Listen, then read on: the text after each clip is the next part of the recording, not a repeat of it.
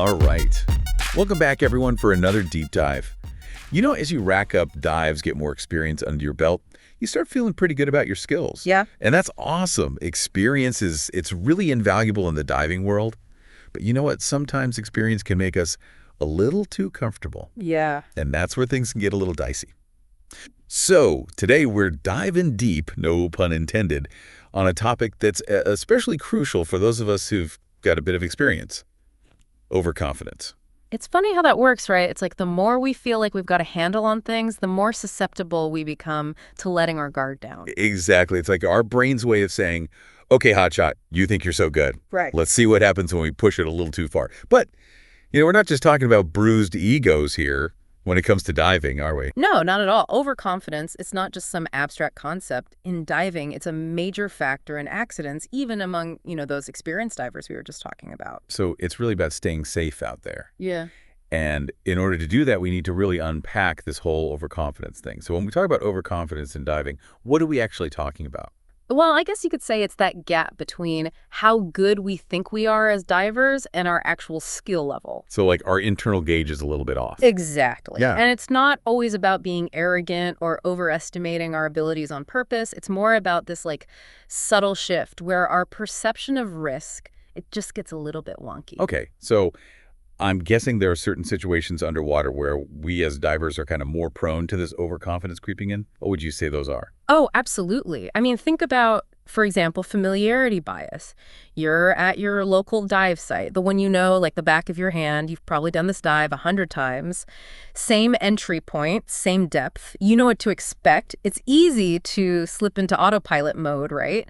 Right. And that's when familiarity bias can really get you. You might end up skipping a pre-dive safety check or not checking your air pressure as diligently as you should because, hey, it's always been fine before. Yeah, like why bother is right. It's that it'll be fine mentality. Yeah.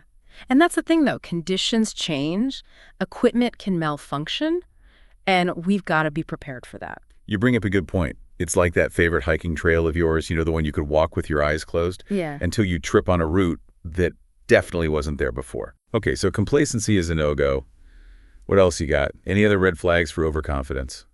Well, let's see. Routine. Routine is a big one.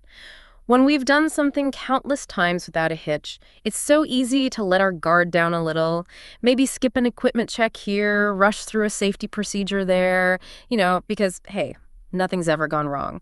But that, my friend, that's a slippery slope. Yeah, it's like they say, complacency and diving. They're not friends. Not at all. Not at all. And, sometimes it's not even our own complacency that we have to worry about. It's the influence of others. Have you ever felt that pressure, to keep up with more experienced divers, even if it means pushing your own personal limits? Oh, yeah. Especially when you're diving with a new group and you kind of want to, impress them. Of course. It's like this little voice in your head's like, come on, don't be a wimp. You got this. And that right there, that's overconfidence. It really preys on our desire to fit in, to prove ourselves, even if it means pushing ourselves a little bit beyond our comfort zone. So we've talked about these kind of like general scenarios, right? Yeah. But let's get down to like the nitty gritty. What are some actual behaviors that might, set off alarm bells? Like, this diver might be getting a little too big for their wetsuit. Good question. Remember those pre-dive checks we talked about earlier? Skipping those, that's a major red flag right there. Or let's say you're diving with your buddy and they express some concerns about the conditions. And you just kind of brush it off. Nah, it's fine. Don't worry about it.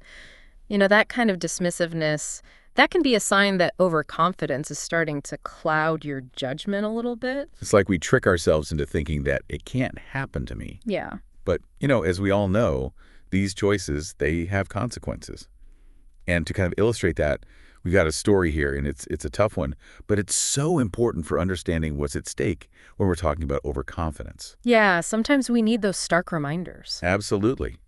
So this very experienced diver who was diving in an area that was known for its unpredictable currents. And he'd been there dozens of times, knew the spot like the back of his hand. But on this particular day, the water seemed a little bit different, a little bit murky. There was this subtle pull that he hadn't really felt before. Interesting. So he's picking up on these subtle cues, but... Yeah, and it's easy to dismiss them. Right. When you think you know a place so well. Exactly. And tragically, this diver, he was convinced he had a handle on things.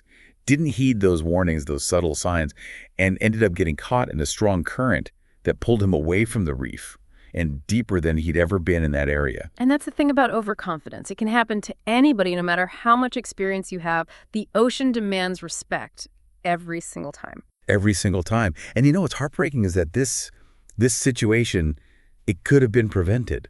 So how do we break free from this overconfidence trap? Yeah. How do we cultivate that mindset that keeps us safe, but without, crushing that sense of joy and wonder that we all feel when we dive? That's the key, right? We don't want to eliminate confidence altogether. It's about finding that balance, that sweet spot where our confidence is balanced by a healthy dose of humility. I love that. Confident humility. There you go. That should be a bumper sticker. Confident humility. I like it. Yeah. So how do we actually put that into practice? Especially as, experienced divers, we might think, well, I don't need beginner lessons on this. So what do we do? It's about consciously shifting our thinking. Instead of I've got this, it's more like I'm going to approach this dive with the same level of preparation and respect, regardless of how many times I've done it before. So no more autopilot, no matter how tempting it feels. Exactly. Okay, so what are some practical things that we can do to stay in that, we'll call it the confidently humble zone? I think one of the simplest but most powerful things we can do is treat every dive like it's our first. Okay. But in a good way. Right. Not like, oh my God, I don't know what I'm doing. Not the deer in the headlights first dive. Right. But remembering that feeling of fresh excitement, that meticulous attention to detail, thorough pre-dive checks every single time. No exceptions. So no more rushing through the buddy check just because you've dived to that person a million times. Exactly. Every buddy check is like the first time you're trusting your life to this person underwater. And speaking of firsts, I think another powerful tool is to embrace new learning experiences. Oh, interesting. So you're saying, like, even if I'm an experienced diver, go take a refresher course or get certified in a new type of diving. Absolutely. Okay. I mean, even if you've logged hundreds of dives, there's always something new to learn, right? Whether it's, advanced buoyancy control or wreck diving, underwater photography. It's almost like expanding our diving vocabulary, right? The more we learn, the richer our experience becomes. Exactly. And, the ocean is like this vast, limitless classroom. There's always something new to discover, a new challenge to embrace. I love that. So it's about constantly pushing ourselves, but doing it safely, consciously, and, with that grounded humility that we've been talking about. Absolutely. It's that balance that makes all the difference. So for our listeners out there who've been with us on this deep dive today, what's the one thing you really hope they take away from this conversation about overconfidence? Well, I think it's important to remember that experience is invaluable, right? There's no substitute for it. But it's our awareness of the risks and our commitment to always learning, always growing that truly makes us great divers. Beautifully said.